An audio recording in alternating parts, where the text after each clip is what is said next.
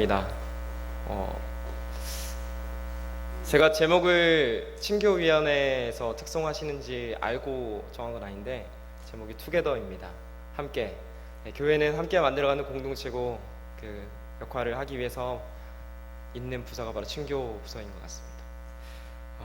우선 기도하고 시작하겠습니다.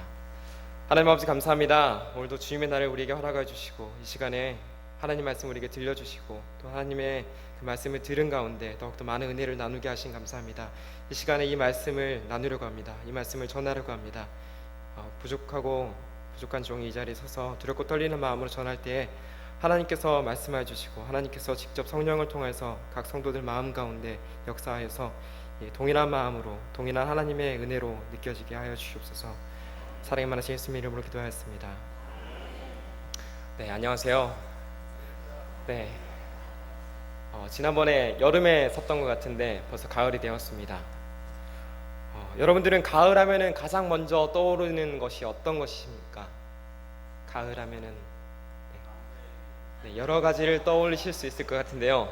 네, 주로 청고마비, 독서의 계절, 수학의 계절, 또는 방금 전에 말씀하신 것처럼 남자의 계절, 또 고독, 이런 것들을 주로 떠올리실 것입니다.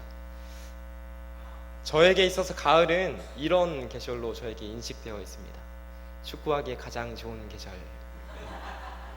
네, 저는 축구를 아주 좋아합니다. 그래서 축구를 좋아하기 때문에 인터넷을 할 때마다 축구 관련한 기사들을 많이 살펴보는 편입니다. 특히 해외 축구 관련한 기사들을 즐겨서 봅니다. 2002년도에 한일 월드컵을 다들 기억하실 것입니다. 그때 우리나라가 엄청난 성과를 얻었고 그것 때문에 거기서 얻은 성과를 가지고 한국 축구 선수들이 해외로 많이 진출하게 되었습니다. 그리고 요즘에는 축구의 종주국이라고 할 수 있는 영국을 비롯해서 세계 3대 큰 리그라고 할 수 있는 스페인이나 독일에서 많은 선수들이 활발하게 뛰고 있습니다. 그래서 해외 축구란에 기고되어 있는 그 기사들을 볼 때마다 그들을 응원하는 마음으로 하나씩 기사들을 살펴보곤 합니다. 그 중에서 요즘 인터넷에 아주 뜨겁게 달구는 한 선수가 있습니다. 그 선수의 이름은 기성용이라고 합니다. 사진 있으시죠? 네, 기성용 선수는 이렇게 생겼습니다. 네, 기성용 선수는 작년에 프리미어리그로 영국에 있는 프리미어리그에서 데뷔를 해서 유명한 이름을 얻게 되었고요. 그리고 그 이후에 몇 달간의 활약 이후에 최근 몇 달 전에 힐링 캠프 여자 MC로 잘 알려져 있는 한혜진 씨와 결혼을 해서 더욱 많은 유명세를 얻게 되었습니다. 그런데 기성용 선수 관련한 기사들을 볼 때마다 저는 이런 것을 발견했습니다. 좋은 댓글보다 악플이 훨씬 많다라는 것을 알게 되었습니다.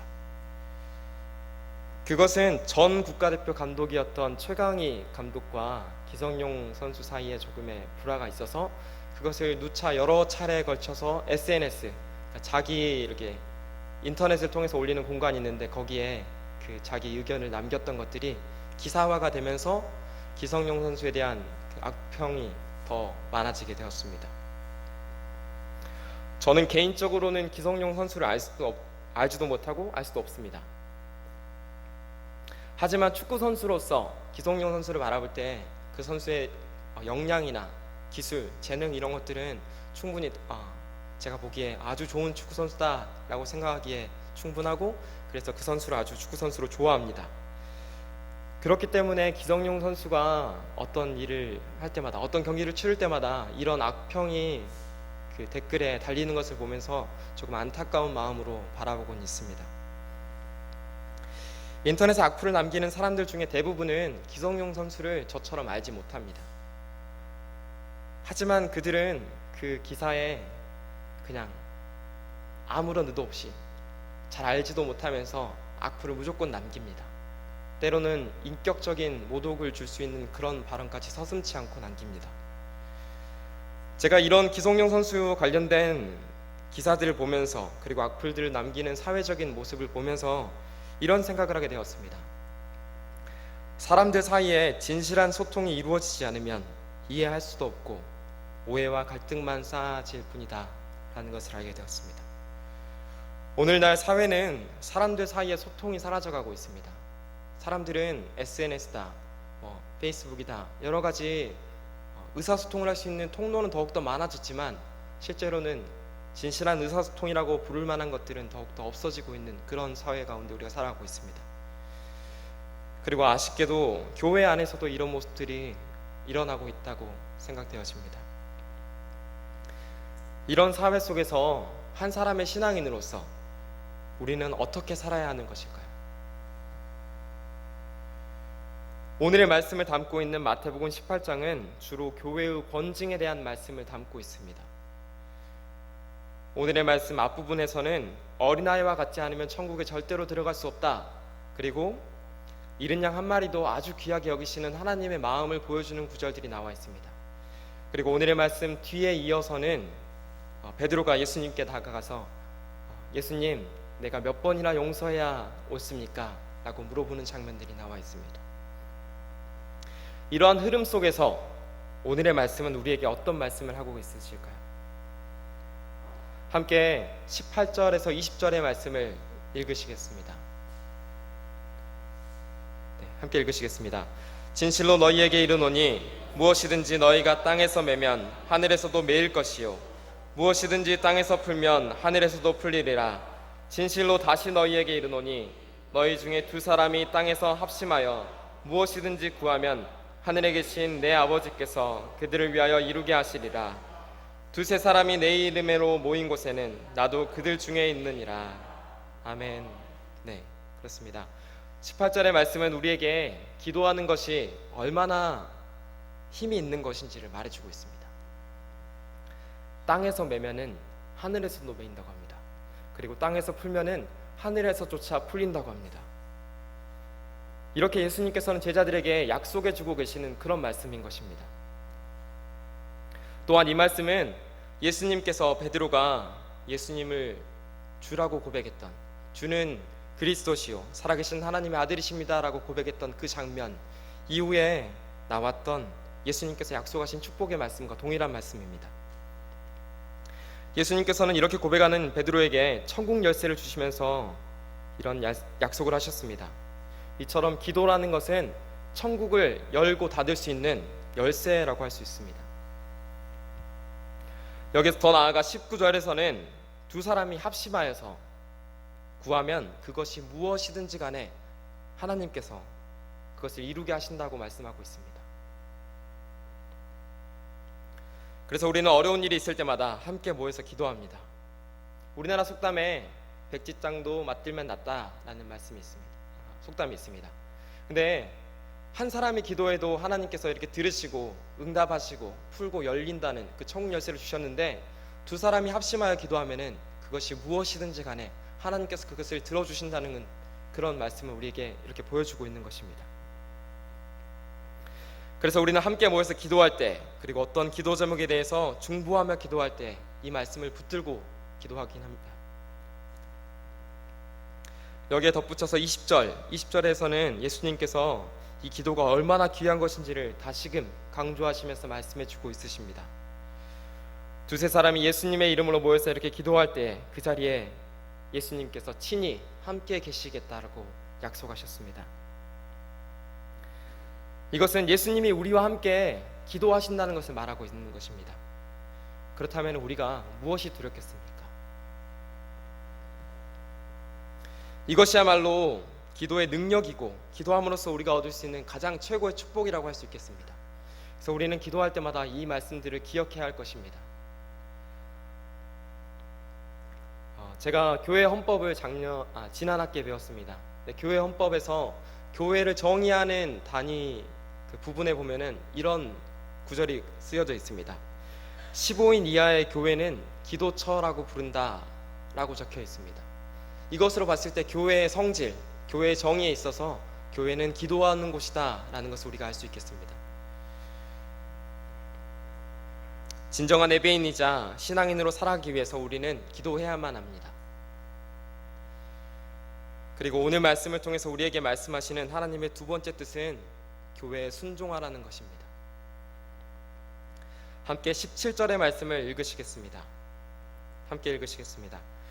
만일 그들의 말도 듣지 않거든 교회에 말하고 교회의 말도 듣지 않거든 이방인과 세리와 같이 여기라. 아멘. 네. 이 말씀 앞에 나오는 15절과 16절에는 형제가 잘못을 했을 경우에 가서 권고하라 라는 말씀이 나와 있습니다. 그 다음에는 두세 증인을 데리고 가서 말마다 확증하게 하라 라고 되어져 있습니다. 그런데도 듣지 않을 경우에는 이렇게 17절에 말씀하고 있는 것처럼 교회에게 말하고 교회의 말도 듣지 않을 경우에는 이방인과 세리처럼 여겨라 라고 말씀하고 있으십니다. 요즘 같은 세상, 다문화 세상 또는 지구촌 가족 이렇게 불리우는 그런 세상 속에서 이방인 그렇게 여기는 것은 우리에게 크게 중요한 것이라고 생각되어지지 않을 것입니다. 또한 세리로 여기는 것도 직업적인 하나 일부이기 때문에 우리의 생활 속에서는 그렇게 체감되어지지 않는 그런 말씀일 수 있습니다. 성경에서도 나오미의 며느리인 룻도 이방인이었습니다. 그리고 예수님을 만났던 사케오 또한 세리장이었습니다. 근데 이 사람들이 예수님을 만났을 때 또한 하나님을 영접했을 경우에 다시금 하나님의 백성이 되었던 것처럼 우리가 이런 생각들을 이 말씀들을 기억하면서 이 말씀은 그렇게 어렵지 않은 말씀이다 라고 생각할 수도 있겠습니다. 하지만 이 말씀에 등장하는 이방인과 세리의 의미는 지금 우리가 실생활에서 살아가는 그런 의미보다 우리가 체감하면서 느끼는 그런 의미보다 이 당시에 이스라엘 사람들에게는 아주 큰 의미로 다가왔던 그런 말씀이었습니다. 이스라엘 사람들은 선미 사상을 가지고 있습니다. 택함받은 족속이라는 선민 사상을 너무나 확고하게 갖고 있던 사람들이었습니다. 그리고 민수기 25장에 보면은 이스라엘 백성이 모압 여인들과 행음, 간음하였을 때 하나님께서 그 장면 때문에 이스라엘 백성들에게 진노하시는 장면이 명확하게 드러나 있습니다. 그리고 모세는 재판관들에게 명령하기를 바알부올에 가담한 사람들을 모두 죽이라 이렇게 말했습니다. 이때 이스라엘 백성 중에서 한 사람이 미디안 여인을 데리고 회중들이 모여있는 그 앞으로 나아갑니다. 그리고 이 미디안 여인을 데리고 들어간 이스라엘 백성 그 한 사람을 보면서 아론의 손자였던 엘르아살의 아들 비느하스가 너무나 분노한 나머지 창을 가지고 와서 두 사람을 꿰뚫어서 죽였습니다. 성경에서는 이때에 하나님의 진노가 그쳤다라고 기록되어져 있습니다. 이것으로만 봤을 때도 하나님께서는 구약시대 이스라엘 사람들에게 있어서 이방인이라는 것은 아주 크게 다가오는 그런 장면이었습니다. 심지어 신약 성경에서 예수님조차 이방인을 가까이 하지 않는 그런 모습을 보여주셨습니다. 이방인 여인이 자신의 딸이 귀신 들렸다고 찾아왔습니다. 이 가나안 여인에게 예수님께서는 그 청을 거절하시고 심지어는 그 여인에게 개라고까지 말씀하셨습니다. 물론 예수님께서 그 여인을 모독하고자 이방인을 꺼리고자 하는 그런 의도를 가지고 말씀하신 것은 아니었을 것입니다. 예수님께서는 그 이방 여인의 믿음을 시험하시고자 이런 표현을 하셨을 것입니다. 하지만 그 이면에는 그 유대인들이 이스라엘 사람들이 이방인을 얼마나 중요하게 생각하는지를 보여주는 장면이라고 우리가 알 수 있겠습니다. 그렇다면 세리는 어떤 사람이었을까요? 세리는 그 당시 로마의 속국이었던 이스라엘 사람들에게 있어서 매국노라고 여겨지는 그런 사람들이었습니다. 아무리 돈이 많으면 어떻겠습니까? 그 사람이 다른 사람들이 나를 사람으로 바라보지 않는데 그렇다면 그 삶은 절대로 행복할 수 없는 아주 고독한 삶을 살아야만 하는 그런 삶이었을 것입니다. 이처럼 이방인과 세리를 여기는 것은 우리의 생각보다 훨씬 더 무서운 형벌이었습니다. 그런데 이런 결정을 내려주는 곳이 바로 교회라고 하나님께서는 성경 속에 말씀하셨습니다. 그리고 앞서서 읽었던 18절에서 20절의 말씀 또한 이러한 맥락에서 바라봤을 때에 하나님께서 교회에 얼마나 큰 권한을 주고 있으신지를 보여주고 있습니다. 예수님의 제자였던 베드로가 예수님께 주라고 고백했을 때, 주는 그리스도시요 살아계신 하나님의 아들이다라고 고백했을 때에 예수님께서는 베드로를 반석이라고 부르셨습니다. 그리고 이 반석 위에 내가 교회를 세울 것이다 라고 약속하셨습니다. 이것은 다시 말하자면은 교회란 하나님을 주라고 고백하며 살아계신 하나님의 아들이라 고백하는 사람들 위해 세워지는 곳이라는 것을 뜻합니다. 그곳에 하나님께서 천국을 열고 닫을 수 있는 권한을 주신다는 것을 말하고 있습니다. 두세 사람이 내 이름으로 모인 곳이라는 곳이 바로 교회라는 것입니다. 그리고 그곳은 예수님께서 함께 거하시는 곳이며 그곳에 하나님의 권능이 함께한다는 것을 뜻하고 있습니다. 때문에 우리는 교회를 떠나서는 안 됩니다. 교회가 본 모습을 잃었다고 세상 사람들이 손가락질하고 비난할지라도, 그리고 심지어는 욕할지라도 우리는 교회를 떠나서는 안 됩니다. 여전히 교회는 하나님의 아들이신 예수님께서 자신의 피를 값으로 치르시고 사신 곳입니다.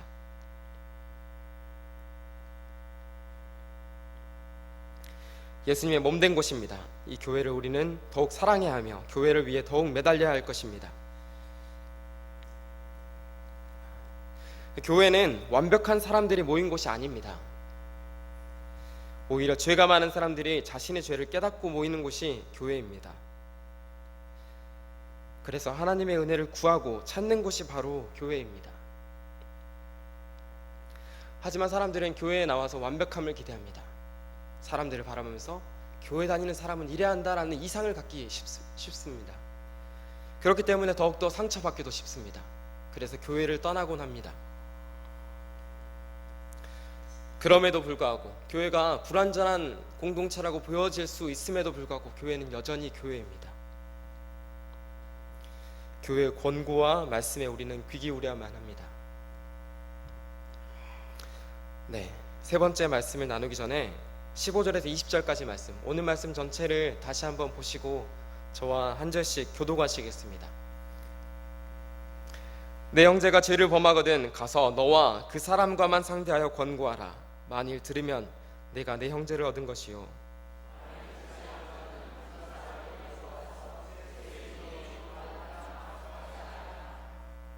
만일 그들의 말도 듣지 않거든 교회의 말하고 교회의 말도 듣지 않거든 이방인과 세리와 같이 여기라.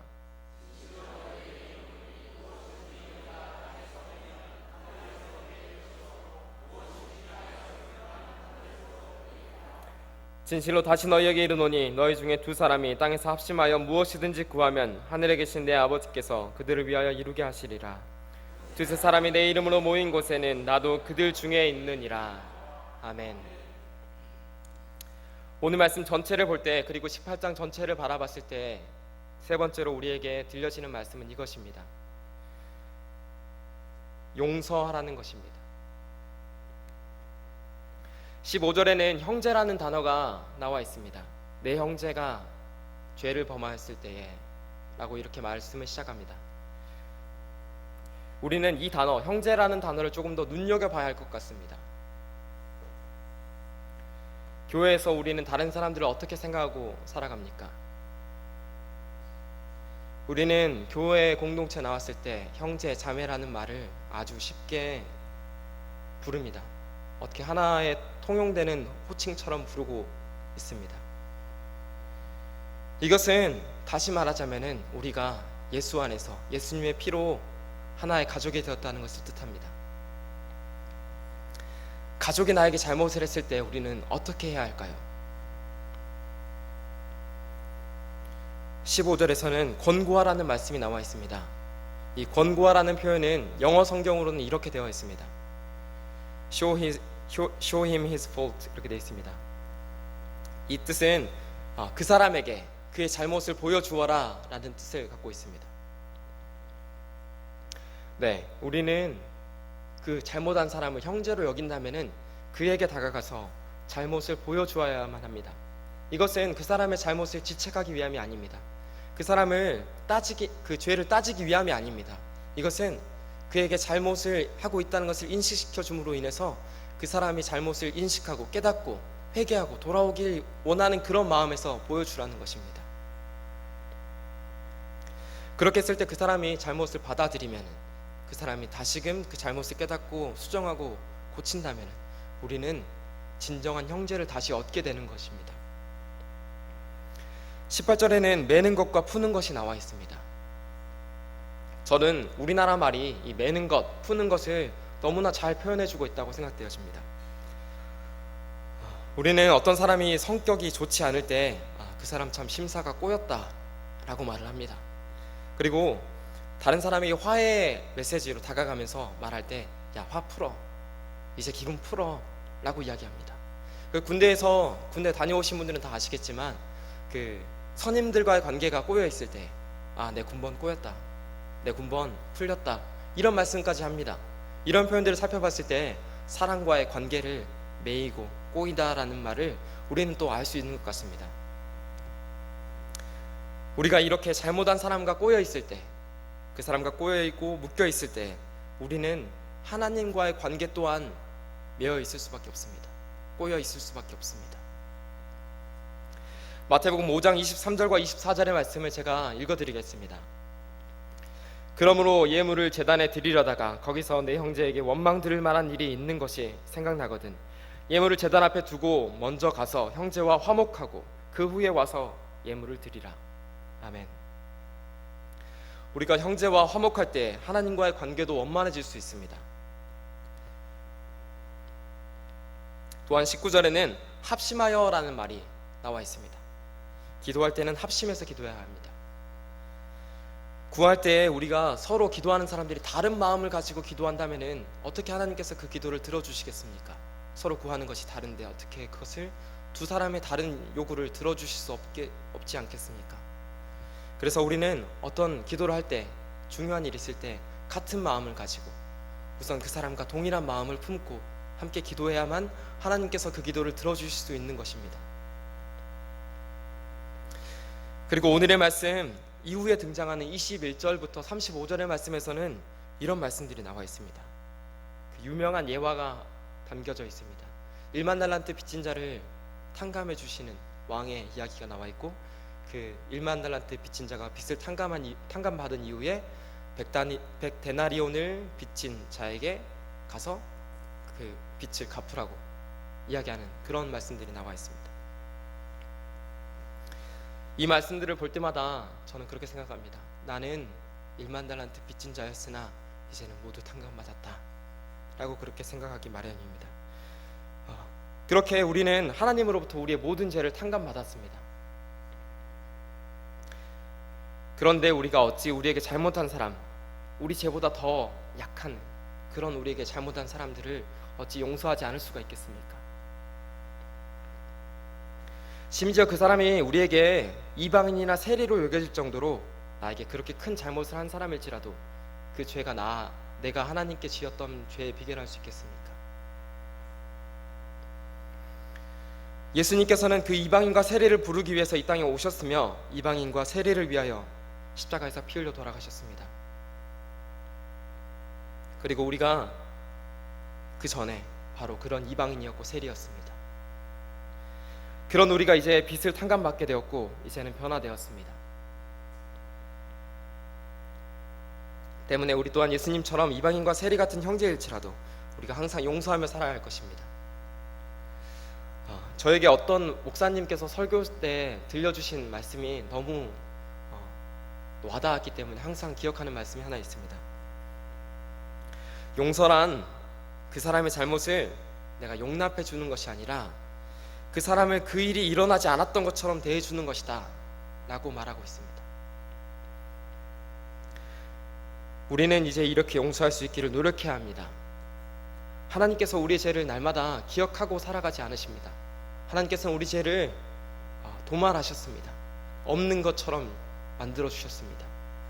우리가 죄를 짓기 전이나 죄를 지은 후나 하나님께서 한번 죄 사함을 주셨으면은 이제 더 이상 우리는 하나님께 죄인이 아니라 하나님의 자녀로 여겨지는 것입니다. 이처럼 우리 또한 다른 사람들을 바라볼 때 그 사람들을 진심으로 용서해야 할 것입니다. 네, 오늘의 말씀을 맺으려고 합니다. 오늘 설교의 제목은 함께라는 의미를 가진 투게더였습니다. 우리는 교회라는 공동체에서 예수님과 함께 살아갑니다. 그리고 형제와 함께 살아갑니다. 그런데 이 투게더라는 말은 또 이렇게 쓸 수도 있습니다. 네, 투게더. 네, 게더라는 뜻은 얻다라는 뜻입니다. 얻기 위해 이렇게 볼 수도 있습니다. 투게더는 발음할 때 얻기 위해라고 또 볼 수도 있는 것입니다. 여러분들이 진정한 형제를 교회 안에서 얻기 원하십니까? 그렇다면은 용서하셔야 합니다.